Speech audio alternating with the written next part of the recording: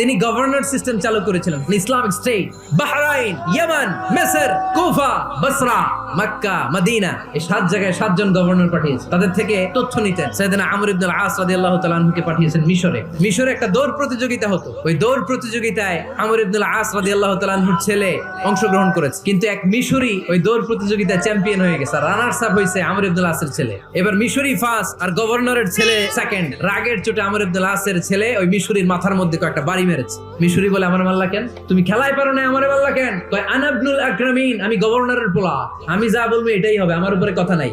মিশরি ওইখানে আর ঝগড়া বাঁধায় নাই, মনে দুঃখ নিয়ে মদিনায় চলে আসলেন।